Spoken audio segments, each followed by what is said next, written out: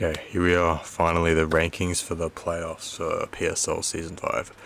This was a very good season. You all did very well. You helped me a lot with all the things you can control. Um, I didn't really have to chase anyone up too hard to do their battles. You was all very good. You was all very helpful. You was all insane. So, you were all legends. Um, so, with these rankings, I've hit in the top 10 because I think the top 10 is kind of interesting. And then for the most part, a lot of these teams in the 11 to 32 haven't changed too much. Um, so a few teams I want to talk about. You'll notice that the Gigantamax are at 19. They're a very good team. They're a very good team. They're very high on the rankings. The reason that they are at 19 is because there's still a lot of question marks with this team. I don't really know how good they are yet. They could be the best. They could be like maybe below average. Their strength of schedule has been pretty easy. Like maybe the easiest in the league. If we go by wins by opponent, I haven't checked everyone else's, but the wins by their opponents have been very low. So I'm not saying that they're bad, but it does leave a question mark that is bigger than the other teams in the playoffs. So I don't really know how good this team is, and I'm not sure what to do with them. There's a lot of unknowns, which going into the playoffs could be a good thing. Maybe people will underestimate you, and then you hit them by surprise. But we'll see with Gigantamax. But that's why they're at 19, because I'm just not really sure. And these other teams, for the most part, have either answered questions, or I think very high of them still, even after they underperformed this season. Another team we'll talk about is Jacksonville. So Jacksonville had a pretty disappointing season overall, missing playoffs, finishing pretty low in the division, even though it was a very tough division where their record wasn't really that bad. So I do remember Swordfish calling me out after the preseason rankings, when I pointed out the weaknesses to his team. And I just want you to know that Swordfish, I don't forget those. I don't forget those. I keep them and I store them in the back of my mind. I keep them there waiting for the person that I've pointed out their weaknesses to. When they call me out, I just wait for them to have a disappointing season so I can throw it back at them, just so I can have the last laugh and make myself feel good. But I'm just fucking with you. Overall, I still think Jacksonville is fine. Like going forward, I think they'll be good. Just a season where they ended up in a very tough division. Maybe lost a game or two where they maybe if they played it 10 more times they would have won more than they would have lost. But I'm very excited for the new divisions next season. Yeah, it's interesting. Another team, so San Francisco and Washington, they were the other teams that were ranked very highly that both missed playoffs. Um, that was another interesting season. I would like to kind of like it'd be cool to maybe in the off season or whatever go watch the replays of these teams and see what happened to them. Or like do like a coach interview or something. But for the top 10, I think there were some teams that answered a lot of questions throughout the season, and I think there's been some big rises and some drops too. So to round out the top 10, we have Seattle, Baltimore, Wild Chargers, Atlanta, and Green Bay. We'll get to the other five in a minute.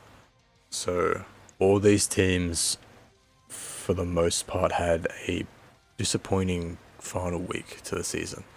A lot of them lost. I know Seattle won, but it was a forfeit win, so we really don't know what would have happened in that battle. And in my opinion, it was genuinely a 50-50. So I can't really change or add anything, like my opinions on the team. I don't really know what would have happened if that battle had gone through. But he did get the win, and he's in playoffs, so he's a scary team. Unfortunate for Denver getting knocked out by playoffs. The team that wasn't with a game that wasn't played on a 50-50. That's gotta be very annoying for Zone, but I know he'll be okay. So yeah, a lot of these teams came up with a loss in the final week, and they were all it's just so Green Bay's loss was against the team that I believe was in third in the preseason rankings last week. So, and it was a close game. It was a game against me, and I genuinely thought that he had me in the end. So, wasn't really a bad performance at all. Even though he lost, it was a good game. I put him on the back foot really hard, and he pulled it back, and I genuinely thought he was going to win. I was surprised that I actually did win. So it was a very good game from him. Atlanta. So this is the big one here. So Atlanta is the big one that I want to highlight. Another thing what I said about Jacksonville, I just remember when I say something in the videos and then someone will point it out. I said maybe 2 weeks ago that there was a big question mark with Atlanta, and I don't know how good this team's going to be if Gianti gets taken care of in the games. So Atlanta and Carolina, they had their week 5 game. They're friends. They decided to make a deal where they both picked a Pokemon on each side to ban. So Atlanta chose to ban Carolina's Palafin, and then Carolina chose to ban Diancie. I thought that was a fair ban, which seems like kind of weird to say, but if you look at how Carolina has just like barely used Palafin all season, and Atlanta was like Diancie was their big gun. I thought it would be very interesting to see if Atlanta can pull through without Diancie, because their team is basically a 9-team roster with the Litwick and the other little candle guy, which is why I love this team, by the way. But then taking away the Diancie is like, it really hurts. Like going from 9 to 8 Pokemon is way more, it hurts your team way more than going from 11 to 10. So I thought Carolina, this would be like a really interesting game to see. Like, I think it's really given like a big question mark on this team. If someone has a game plan for Diancie and someone can take care of Diancie, will this team have the enough weapons and enough options to kind of consistently make a run in playoffs? Because now we're getting to the real shit. Like, this is the good teams, the good players, and I've gone through the playoffs and listed all the teams that I think, oh geez, I would love to fight this team in playoffs. There's not very many, like, at all. Every team is like, every possible outcome I can see from my run in playoffs is like, God, I really don't want to fight this team. Like, I'm gonna have to go all out in all my battles, and everyone's gonna have to, like, this is where we find out who's like the real deal. But that's the big question mark I have for Atlanta, is it's really raised now that they lost without the Diancie. It's like, what happens when Diancie gets taken care of? So another good team is the Wild Chargers. Now, unfortunately, this team did miss playoffs. I went through and double checked all the differential points, and this team did end up tying with Cleveland for differential, and only one of them could make playoffs. And in week 5 they did play, and Cleveland won. So Cleveland won the head-to-head. So that game was huge. Like, not only did fuck, my alarm's going off. I have to get my sister from the bus stop, so I'm gonna have to wrap this up pretty quick. Not only was this game like really, really important, the result was like, it could not have made things closer for Cleveland to win by exactly 3-0, to give them a tie differential, but then to win the tiebreaker. That was crazy. We might do a review of that game, but I feel really bad for Esli, because I genuinely believe this team is insane. It's the only team to beat me, and I had a lot of questions about this team, but he's played with it so well. I do genuinely, I feel bad. I feel bad that he's missed playoffs. It was like 3-2 +5 or +4 differential. It sucks, but hopefully we got the new division system thing coming in next season. But that's just how it goes. Like, we had San Francisco and Washington predicted to be like insanely good teams. They just ended up losing their games. And then we had Ninja, who was ranked 32, goes 5-0. And those are just the swings that happen that you can't really predict, and it's just the way it goes. Like we could play another 10 games, and Ninja could go 0-5, and San Francisco and Washington could go 5-0, and all of a sudden it balances. And it's just the way it goes. It's unfortunate, it sucks, but there's nothing we can really do about it for right now. But next season, hopefully, it's going to be a lot more interesting, and hopefully the good teams will shine more and get a shot in the playoffs. So the top 5, I'm going to have to wrap this up pretty quickly. So the big teams that moved up were Arizona, Philly, and Las Vegas. So I think the thing that is really separating Arizona, Philadelphia, and Las Vegas from these other teams below in the top 10 is that these teams are on fire right now. These teams are hot right now. They are teams that you don't want to face, and I had a lot of question marks about this team. These teams here. So Las Vegas, new coach. They've been kind of just dominating their games, and I think they've proven that you just don't want to fight this team.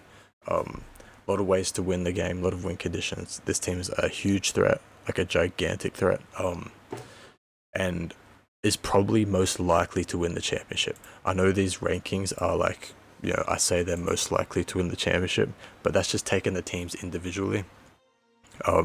Looking at the fact that they're in like their weaker division, I think their likelihood of getting to the championship game is a lot higher, because I think their division's a little bit easier than the division for like Houston and Miami.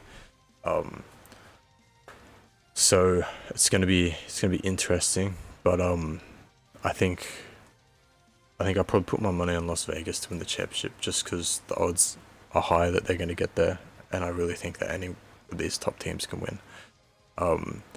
So Miami had a big game against the number 2 team, Green Bay. Houston, I'm still keeping it number 1. They had a monstrous game to get into playoffs. I still think this team's the best. Houston, they're just really good. Philadelphia, called them inconsistent. They're kind of just going off right now. They're playing really, really good, and this coach did win a championship, so in the past, so maybe it was just a slump they were just going through, but now they're back on top form right now, and Arizona's been kind of killing it. I said that in the preseason rankings that this team has weaknesses. The individual Pokemon insanely fucking strong, like insanely strong. That's why I thought this team was going to be number 1 in my rankings before the preseason. But when I really dived into it, I thought that maybe good coaches would be able to take advantage of that. This is just an offensive team. But Manaphy's going off, which is one of my all-time favorite Pokemon. It was the first Pokemon I won an MVP with ever. I love Manaphy. It's used to be the greatest Pokemon of all time in draft. It used to be number 1 back when draft like first started in X and Y. Manaphy was like the overall number 1. Manaphy used to be the GOAT, so I'm glad Manaphy's like going off. Arizona, they had a big game against Glacier, who we can look at their season 1-4. He's still a very good coach. He's a top tier coach. He's probably top 5, top 10 still. He won that game. So he did answer the question a little bit, which was good. So I do think this team's really scary. And I'm happy that they've pushed into the top 5, because this is probably one of my favorite teams. But I'm very happy with these rankings. I do think the teams in the top 5 now are really in like insane form. I know Miami's won the last 4 games. Houston is the team that has had like a rocky slope to the season, but I do know the coach has been going through stuff. I'm not going to get into it. That's his personal things. But I hope everything's going all good with that, because I love you, bro. But this team's still number 1. It's insane. Really good team. But yeah, these are the rankings, and I'm pretty happy with them. I think there's been some rough things, like Tampa missing playoffs after a really, really strong season. Same with the Wild Chargers, and even Carolina had an insane start and a pretty good finish with a win against Atlanta. Ended up missing playoffs because just the division's insane. But I know they're tough. They'll be able to take it well. They'll bounce back next season. They'll make sure they get in playoffs, and they'll make a run for the championship, because the teams are good. They're legit. Fucking Kansas made playoffs. Let's go. Fucking love Kansas in this league. This is like my team. Don't give a shit about Chiefs in real life, but this team, Kansas City Charizards, I love this team. I don't know why. I just do. I just always want them to do good. They made playoffs, and I'm fucking hyped for that. I'm so fucking hyped for that. But yeah, this is the rankings. I have to go get my sister on the bus stop, so I'll see you all in the next video.